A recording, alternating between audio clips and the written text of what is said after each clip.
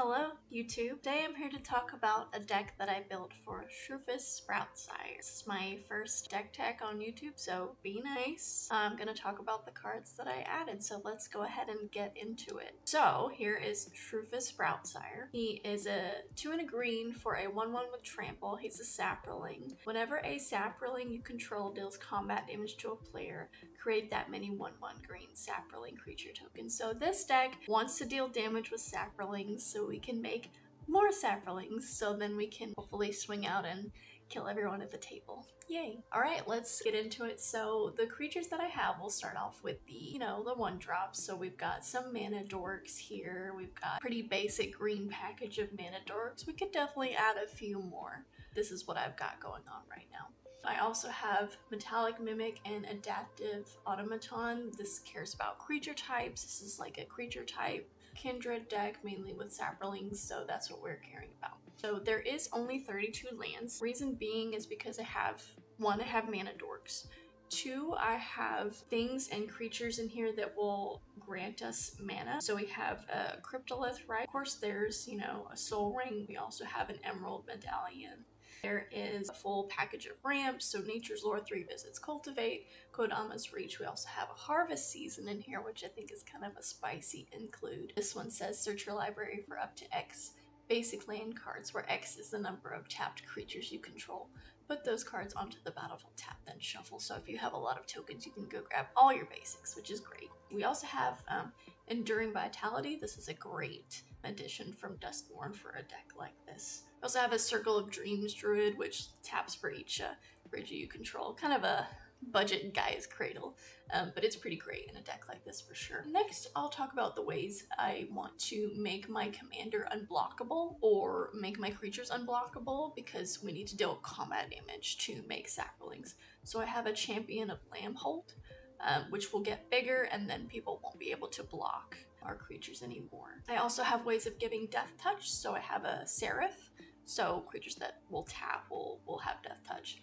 And then an Orin Frostfang, which gives all attacking creatures Death Touch. We also have a Roxa in here, which is really interesting. So sapling tokens are creatures with no abilities. So creatures you control with no abilities get +1/+1.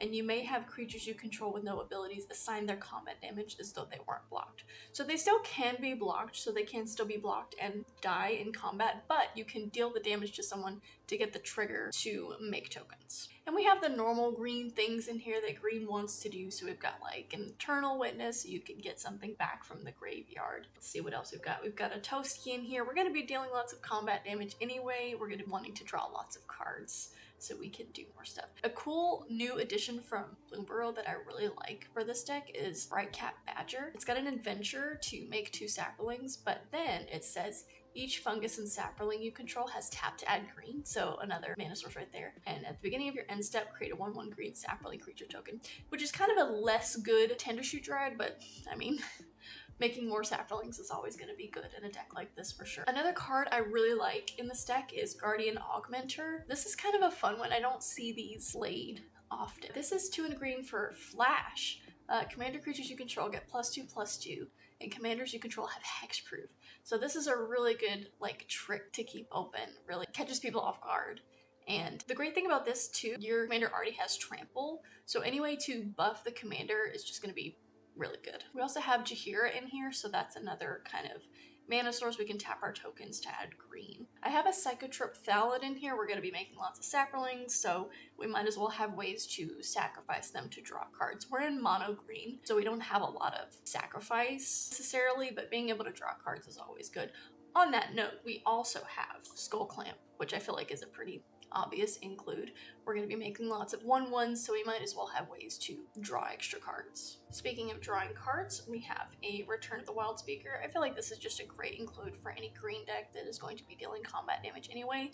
We're going to be making lots of non-humans in our saprolings so we can pump them, or we can just draw a lot of cards if our creatures happen to be really big. So we have some protection in here too. We have some board protection and Heroic Intervention and Rapid Vigor. That's gonna hopefully protect us from some board wipes, which this deck is quite weak to. So hopefully we have ways of protecting our board. My main concern is to protect the commander. So we have a Blossoming Defense, Snakeskin Veil, Overprotect, things of that nature. We also have a couple of artifacts too. So we have Commander's Plate, Silver Shroud costume to help protect our command, and the Swift Boots and Lightning Greaves to help protect our commander, because that's the entire game plan kind of revolves around the commander. If we get board wiped but still have the commander available, we can rebuild pretty quickly. Okay, so I'll just finish out the creatures here. The last one is just an Enray's Forerunners. You could easily substitute this for a Craterhoof Behemoth. I like Enray's Forerunners as a nice budget option. For the sorceries, we have some fun includes. Speaking of game enders, we have a Triumph of the Hordes. I know some people are kind of testy about this card.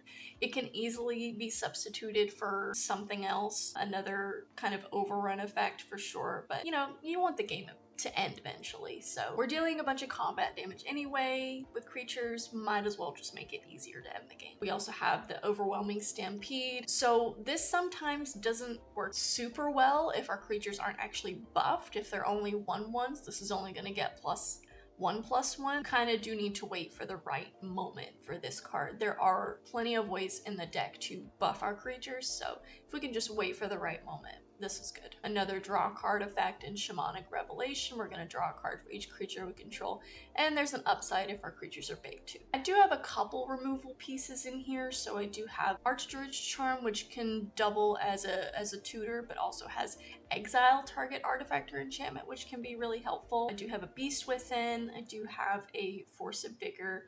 Just a couple removal pieces. The rest of the deck is just basically focused on our game plan and protection or drawing cards and this, that, and the other. So the idea with this deck isn't necessarily to remove everyone else's thing. We just want to do our thing as fast as possible and get a big board and protect our board. Also have a Fungal Rebirth in here, just to, if we lose a key piece, we can get it back and make some saplings. Some fun stuff in here. So there's Echoing Courage. So target creature and all other creatures with the same name as that creature get +2/+2 until end of turn. So this could be a huge swing. You have 10 Sapperling tokens and they all get +2/+2. It's pretty great. Another one I really like is Tangle. This can be an absolute game changer.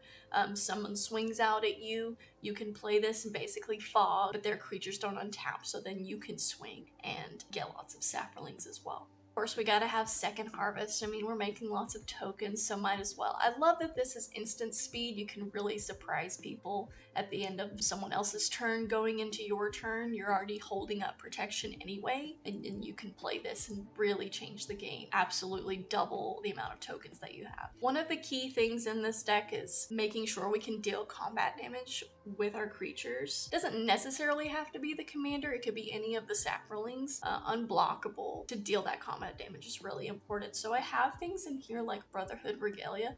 This card is MVP of the deck majority of the time. Costs 2, and then you can equip a legendary creature for 1, which is really helpful with our commander. Gives equipped creature ward 2, and it can't be blocked, which is really nice. Same with Silver Shroud costume. This is also kind of a protection spell as well. It's going to attach to target creature, and that creature gains Shroud, so it can't be targeted. And then equipped creature can't be blocked. For this card, I would mainly keep it in my hand to protect my commander because it does have flash, and it only costs 2 if I don't have any other protection. If I have other protection in my hand, I would just play this to make sure my creature can't be blocked. I also have Aronis' Monument in here. This is another way to make our green spells cheaper, and it also can get our creatures a little bit bigger and give another Sapperling trample. I also have a Coat of Arms in here. This is just a fun, like, OG card to play. It's gonna make all our Sapperlings huge. I love Eldrazi Monument in this deck. The biggest thing for me is not only the indestructible, but the flying, so it's gonna mean that our creatures can get in and deal combat damage. The downside of having to sack a creature isn't that big of a deal if we have a ton of Sapperlings anyway.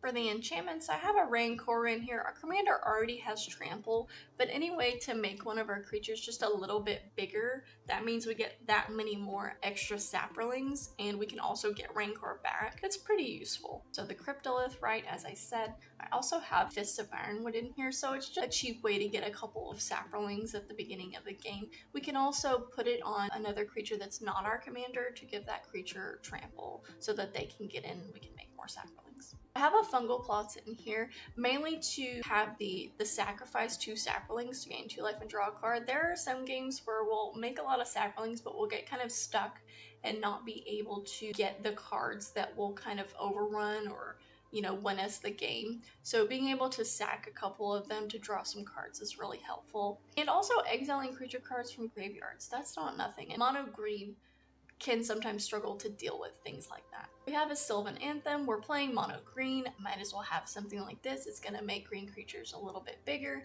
and we're also going to be able to scry through our deck. Fun include I have in here is Alpha Status.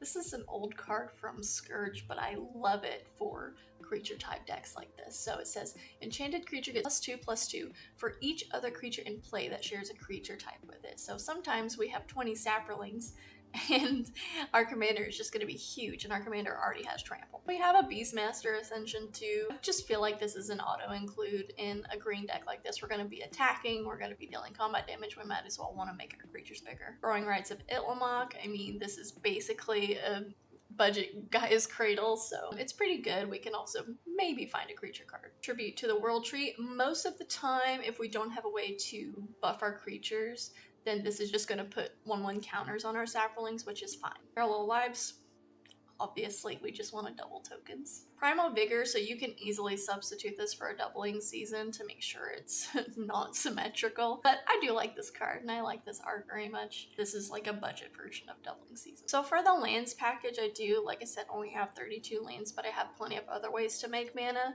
The biggest thing in this deck is just getting started, so as long as we're able to get started, play our commander, make him unblockable, make Saprolings, it's not a problem. So we have a Boseiju who endures. Obviously, this is a great card for any deck that plays green. Being able to deal with artifacts and enchantments is really important. Gambrig, just making it so we can play our creatures and things faster. 17 forests, lots of basics. We also have a fountain port. We're making lots of tokens, might as well have more ways to sacrifice them and draw cards. I have the obvious ones in here, so Reliquary Tower.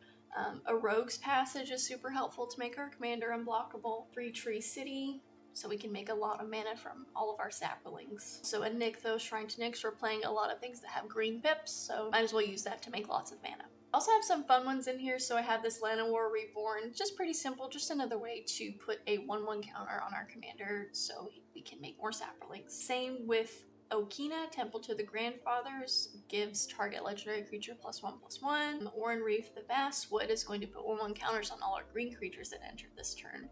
And then a Pendle Haven is just going to make a 1/1 a little bit bigger. So majority of the time it's just our commander, but it does come into play untapped, which is nice. And I also have a War Room, which is I feel like a pretty easy auto include for monocolor decks. 3, tap it to pay 1 life and draw a card. What I like about this deck is it's really fun and really easy to pilot. You have one particular game plan that you're going for. You want to deal combat damage, you want to make lots of Saprolings, and it's just fun to play. It's just fun making a ton of tokens and swinging out and killing everyone at the table. And he's such a cute little guy. It is a really fun deck to play and a really fun deck to play against. Sometimes it's slow, sometimes it's fast. It just depends on what kind of hand you get, the kind of hand you want to keep. Has a couple of lands, maybe a mana dork, maybe one of the ways of making the commander unblockable, and that's pretty much it. Maybe some protection in there, a ramp spell or two. But the important thing about this deck, I feel, is drawing cards. We want to have things that draw us lots of cards so we can really get through our deck and finish out the game. So maybe like a Skull Clamp, maybe like here's a Hunter's Insight, Return of the Wild Speaker, something like that, where we can start to really churn through our deck so we can make even more tokens. I really like this deck. There's also lots of different ways that you could play it and you could bring it. You could go into more of the fungus route, so you could do more fungus and sapling type tribal things. I mainly wanted to focus on making as many tokens as possible, being able to do lots of fun things with that and make them big and just make them attack and deal more damage and make more tokens. Yeah, you could easily make this any which way you want. Some really good cards you could maybe include are Nemada to care more about making your Saprolings bigger. You could also do a Bellowing Tangleworm, which gives other green creatures you control Intimidate. So Intimidate, they can't be blocked except by artifact creatures and or green creatures. So that's another way that you could make them unblockable. You could also add something like a Regal Force. This is going to enter the battlefield and draw a card for each green creature you control, which could be so many. But yeah, lots of different ways to take this deck for sure. I think this commander specifically is It's so much fun. There's so many different ways to build it, different options. It's a token deck at the end of the day. But yeah, super fun. I hope you guys enjoyed this deck tech. Let me know if you want to see more from me. Thanks for watching. Bye bye.